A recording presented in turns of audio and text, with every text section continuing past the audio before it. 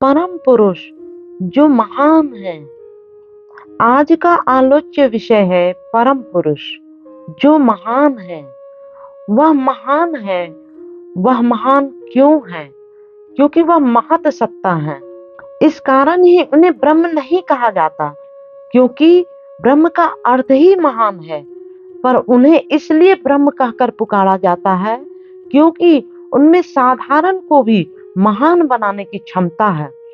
यह मन की प्रवृत्ति है कि वह जिस वस्तु को चिंता का आधार बना लेता है उसी के रूप को प्राप्त कर लेता है। जब परम पुरुष या ब्रह्म की कृपा से मनुष्य उनकी साधना करता है, जब मनुष्य केवल उन्हीं को प्रशंसा का पात्र समझता है और उनका ध्यान करता है, तब वह ध्यान करता भी ब्रह्म समान बन जाता है। इसी कारण उन्हें ब्रह्म कहा गया है। संस्कृत में बृहत का अर्थ महान है। अन्य अनेक शब्द भी है संस्कृत भाषा में जिनका अर्थ महान है, पर बृहत तथा अन्य शब्द एक समान भार वहन नहीं करते हैं। बृहत का अर्थ है महान, पर वह मापा नहीं जा सकता, परंतु अन्य शब्द जिनका अर्थ महान है माप की सीमा में आ सकते हैं। हिमालय ऊंचा है, पर उसे मापा जा सकता है। बृहत शब्द का प्रयोग हम केवल परम पुरुष के लिए कर सकते हैं। वही एक ऐसी सत्ता है जिन्हें मापा नहीं जा सकता। इस प्रकार एक आध्यात्मिक चिंतक जब उन्हें ही अपनी प्रशंसा का पात्र बनाता है, उन्हें ही साधना का केंद्र बनाता है, तो वह स्वयं भी उन्हीं के समान बड़ा बन जाता है। तुम सदा याद रखोगे कि वही परम सत्ता है, पर साथ ही वह परम सत्य भी है। यह प्रश्न तुम्हारे मन में जागृत हो सकता है कि जब सत्य व असत्य उन्हीं का मानसिक अभिप्रकाश है, तो केवल सत्य ही क्यों माने उन्हें?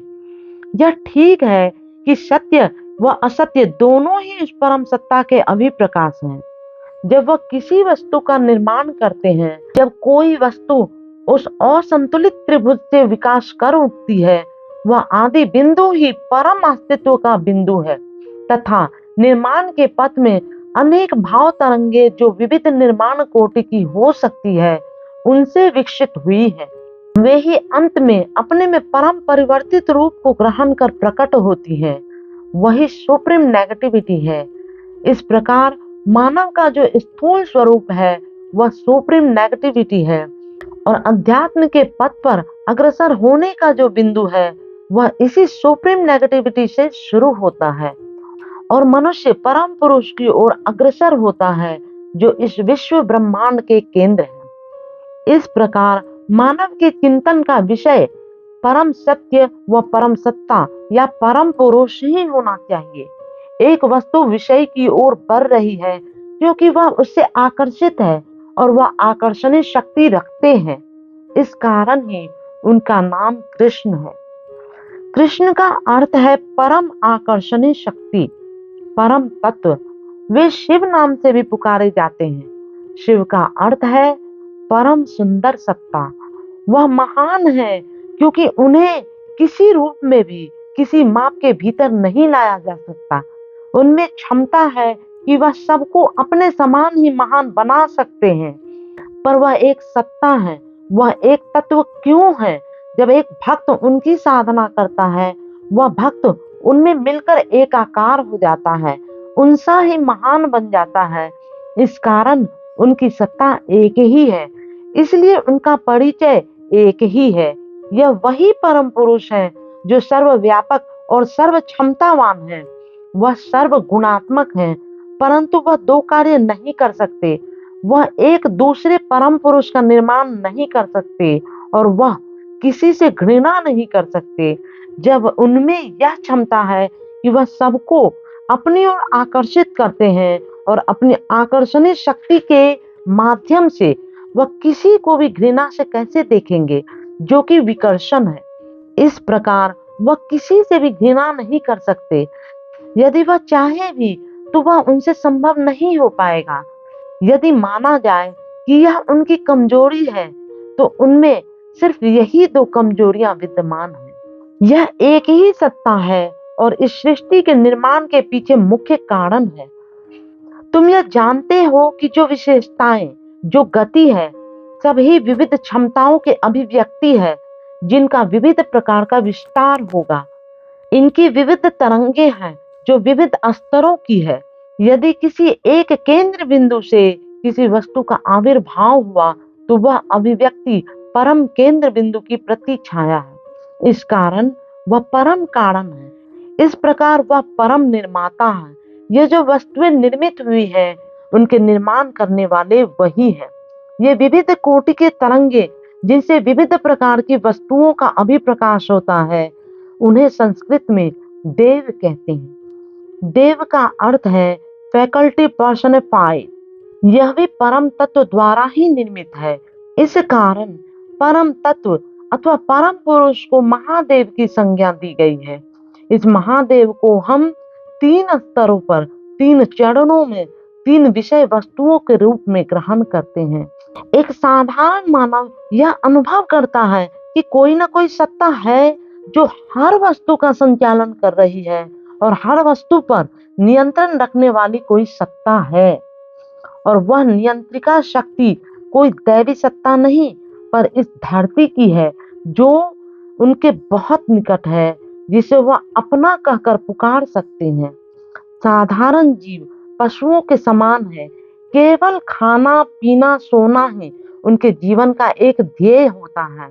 वे कहते हैं कि हे नियंत्रक, हे निर्माता, हम पशुओं के समान हैं। तुम हमारे ईश्वर हो, तुम हमारा उद्धार करो, तुम हमें उस पाशविकता से मुक्त करो। तुम पशुपति हो, हम पशु हैं, तुम पशुपति हो। तुम हमारे स्तरों में परिवर्तन लाकर हमें मानवता की कोटि में बैठाओ।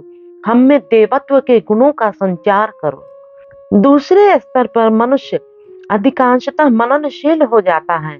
वह यह अनुभव करने लगता है कि उसका यह भौतिक अस्तित्व ही सर्वस्व नहीं, मानसिक चेतना ही अधिक महत्वपूर्ण है। वह यह भी अनुभव करता है कि वह परम नियंत्रिका शक्ति ही उसके मानसिक विकास की रक्षक है। वह यह अनुभव करता है कि उसे समस्त प्रकार की शक्तियों के साथ संघर्ष करना है, जो शक्ति उसे अवनति की ओर ले जाने में सहायक है।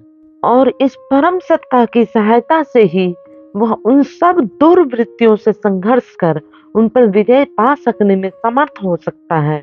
ये आध्यात्म चिंतक संघर्ष में सैनिक के समान हैं तथा ये ही आध्यात्मिक नायक हैं। वे साहसी हैं। संस्कृत में उन्हें वीर कहकर पुकारा जाता है। उनके आराध्य वीरेश्वर के नाम से अभिहित किए जाते हैं। तृतीय स्तर पर मानव यह अनुभव करता है कि मानव सत्ता मानसिक स्तर से कहीं बहुत ऊंची है। वह आध्यात्मिकता से प्रेरित है। इस स्तर पर ही वह अनुभव करता है कि जो समस्त जगत के विकास और उन्नति के कारण है वह महादेव है। वही हमारे लक्ष्य हैं। वे ही समस्त मानव जाति के परम लक्ष्य हैं, विशेषकर बुद्धिजीवियों के लिए। इस प्रकार यह आध्यात्मिक यात्रा सुप्रीम नेगेटिविटी से सुप्रीम पॉजिटिविटी की ओर अग्रसर होती है। महान परम पुरुष महान है और अपनी महानता की वजह से वह सर्वव्यापी है। हर व्यष्टि, हर सत्ता, हर विचार, हर एक विशेषण युक्त व विशेषणहीन आध्यात्मिक सत्ता व सत्ताएं उन्हीं के अंतर्भुक्त हैं। वह सर्वव्यापक है। संस्कृत में समस्त का अर्थ सर्व है। सर्व में 3 ध्वनियां हैं, स, र, व।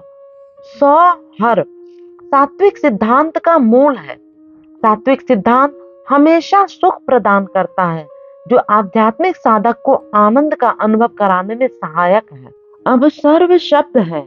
सर्व में हम स की ध्वनि पाते हैं, क्योंकि ये सब सत्ताएं परम पुरुष से उद्भूत हैं, जो सात्विक सिद्धांत को स्पर्श करता है, क्योंकि वह सात्विक गुण से परे हैं।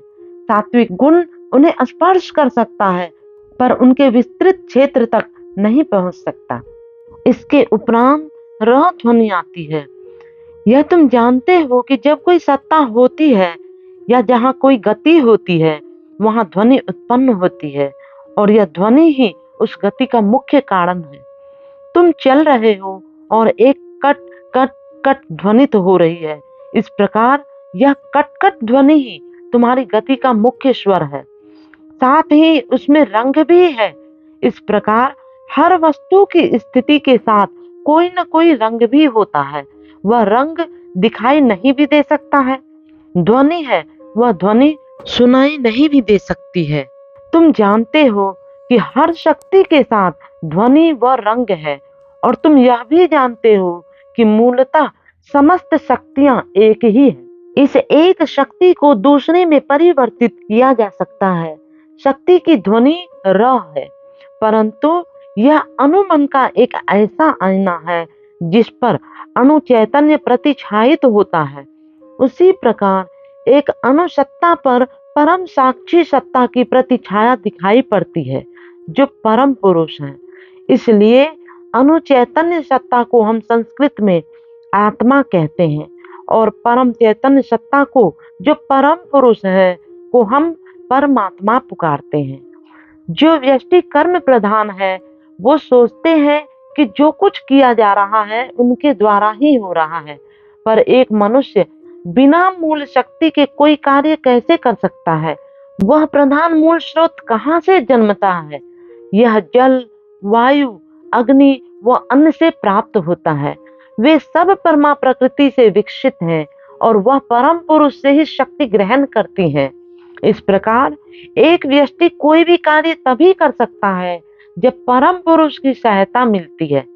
यह कहा गया है कि भक्त इस संसार में सबसे चतुर व्यक्ति है, और तुम इस सत्य को सदा स्मरण रखना। धर्म महाचक्र, किंगस्टन, 23/9/79। परम पिता बाबा की जय।